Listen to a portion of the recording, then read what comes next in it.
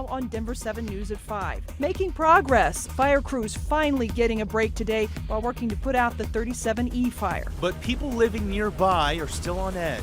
It has never been as bad as this year and the past year. Ready to leave at a moment's notice to escape yet another wildfire. If we're evacuated, we'll get evacuated, but I have nothing but faith in our fire department. Plus, the Nuggets start their NBA postseason journey today, taking on the Golden State Warriors. Denver 7 Sports is live in San Francisco with a preview of the game. It's the recognition, and it's also the acknowledgement that something happened. And an apology nearly 150 years in the making. The city of Denver recognizes its responsibility for an 1880 race riot.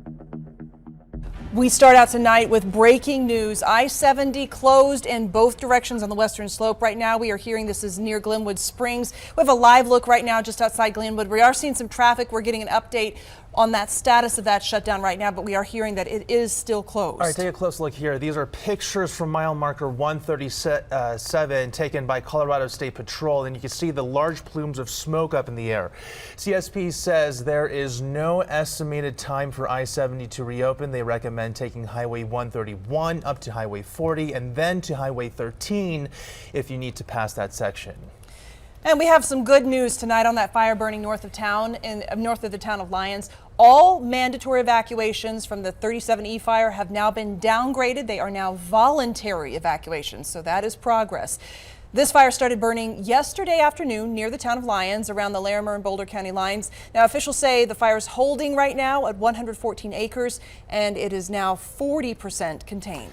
Thanks for watching Denver 7 News at 5. I'm Bayan Wang. And I'm Jacqueline Allen. We have team coverage tonight on the 37E fire. Denver 7's Patrick Perez is covering evacuation preparations, and meteorologist Stacy Donaldson is tracking fire conditions. But first, let's get right to Patrick Perez, who joins us live from Lyons. Patrick, people you spoke to say they have no other choice but to remain prepared.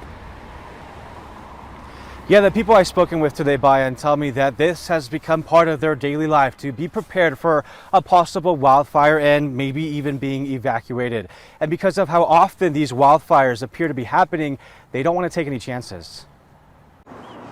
In the town of Lyons, a slow and quiet Saturday morning. It's a different day with the fire. Sam Talent and his wife Mindy own the Stone Cup Cafe on High Street, a usually bustling place. It is much more quieter. We're usually a line out the door. Wow. And people just aren't being able to get into town, or they're afraid to get into town. Sam says concern over the latest wildfire, this one burning near the Blue Mountain area in Larimer County, is what's likely keeping people away. It has never been as bad as this year and the past year. In the 35 years he's lived here, he can't recall a time when Colorado saw so many wildfires back to back. The Rocky Mountain Area Coordination Center is reporting at least 14 so far this month. During the same time period in 2021 and 2020, not one report of a wildfire. You know something's going to happen, especially with the winds we've been having, and those have been the biggest nightmare as far as I'm concerned. This wildfire period, if you will, is just as concerning for travelers like Eddie Zizek. Flames were just feet away from his cabin in Estes Park not too long ago. Even though I don't live here anymore, 100%, I still come up here several times a year, and it's horrible to drive through those places that have been devastated by wildfires. Back at the cafe, Sam says he's prepared for anything and will leave if asked to. But until then, he's staying put and ready to serve his loyal customers. If we're evacuated, we'll get evacuated, but I have nothing but faith in our fire department.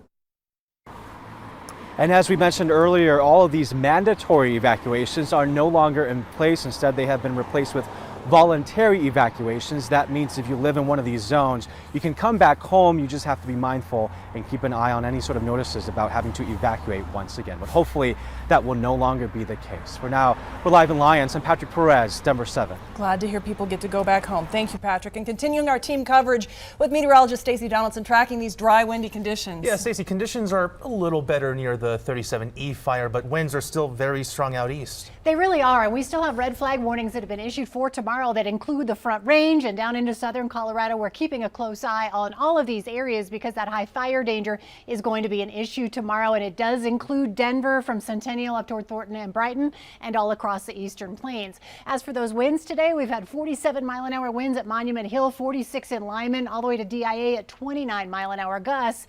And across the eastern plains is where we've now seen the higher winds. Yesterday, it was definitely out toward Boulder where we had the fire sparking off, but now the higher winds are out off to the east and down through southwestern Colorado. As for the winds here across eastern Colorado, we have 30 to 40-mile-an-hour winds, 45 up toward Berthoud Pass, but really nothing to speak of here from Boulder up toward Lyons. It is a little breezy at times, but nothing that we experienced yesterday. So tonight here in Denver and for the Front Range, we'll have breezy conditions, temperatures in the 50s as we head through the rest of tonight, dropping into the 40s around midnight. It'll be cloudy and breezy. Now, if you are headed to the Rockies game, looks like some beautiful weather on the way, 57 by 6 o'clock and 52 by 10 o'clock. But we'll talk more about the red flag warnings and just how warm it's going to get on the 7-day forecast coming up.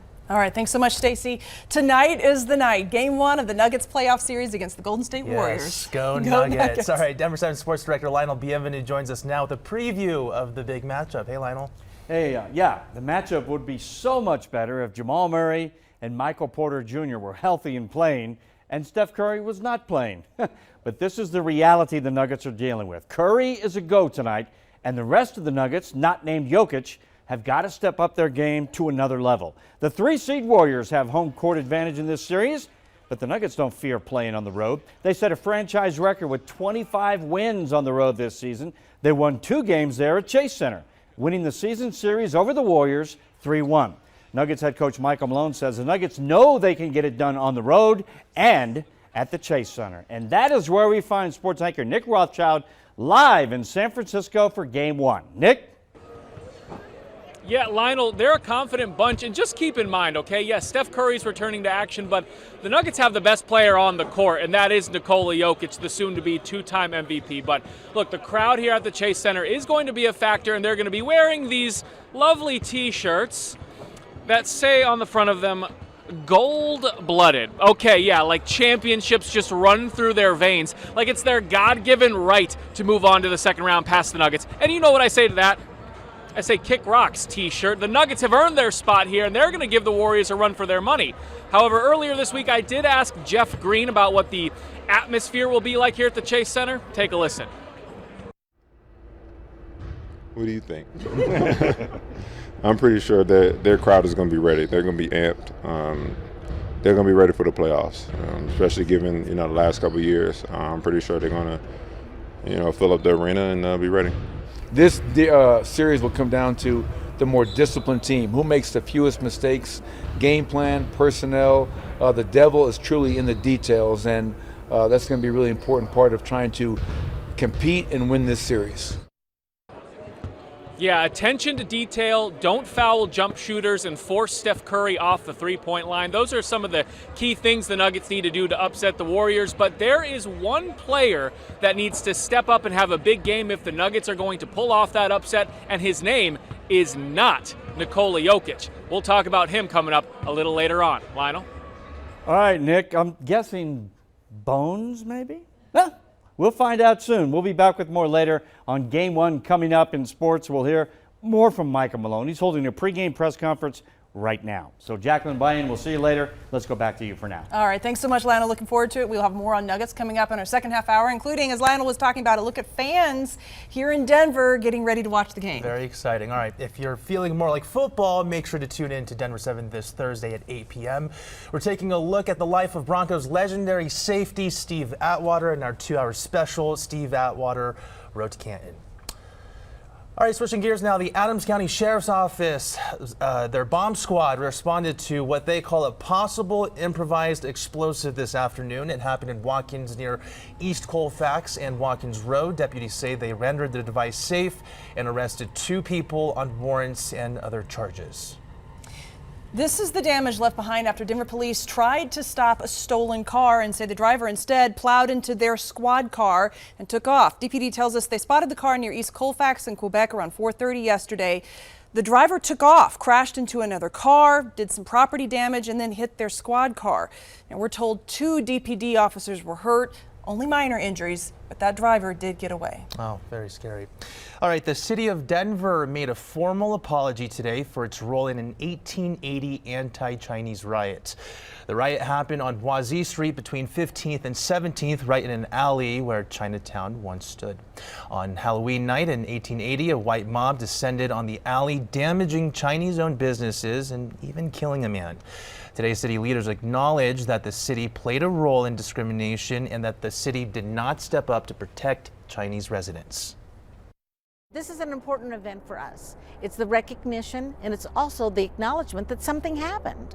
You know, there's social injustices that had happened back then, but we don't want to focus on that now. What we want to focus on is the positive and the opportunities that we want to take advantage of trying to go in and capture our family stories for the future generations. Denver is only the 5th city in the U.S. to issue a formal apology to the Chinese community for past discrimination and the first outside of California. High time too. All right, the story of redemption tonight. A man who went from being an inmate in a federal prison to becoming a successful Denver developer on a mission. Denver 7's Christian Lopez introduces us to a man given a second chance, now giving the same to others. I am a complete second chance story. I shouldn't be here right now. Bernard Hurley is giving this part of Rhino a second chance, much like he was given years ago. I reevaluated my life after a period of time of incarceration, and I ended up doing a significant amount of time. Hurley is now investing millions of dollars in this property so he can make his vision a reality. Like this play area right here, which is what's going to be for kids. Like we're going to have a green area over on the other side to complement this. So everything is working together. The Hurley project will break ground in a couple of months. Phase 1 will include commercial space, multifamily units, and retail space. We feel like this is going to be, you know, really become a destination point for the city and shows off what you can do collectively with partnering with the city.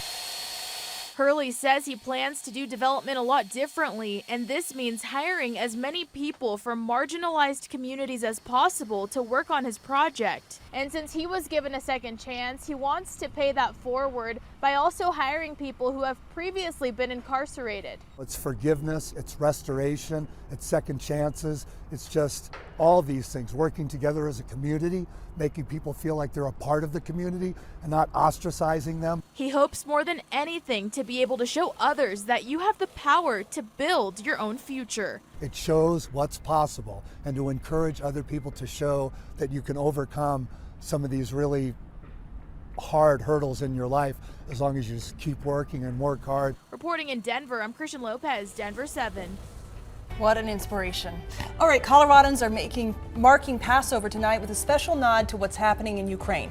A look at the connections we have to people half a world away during this high holiday weekend. Plus, the Easter sunrise service that puts all others to shame is back for the first time since the pandemic. Why this year it is even more special than ever before.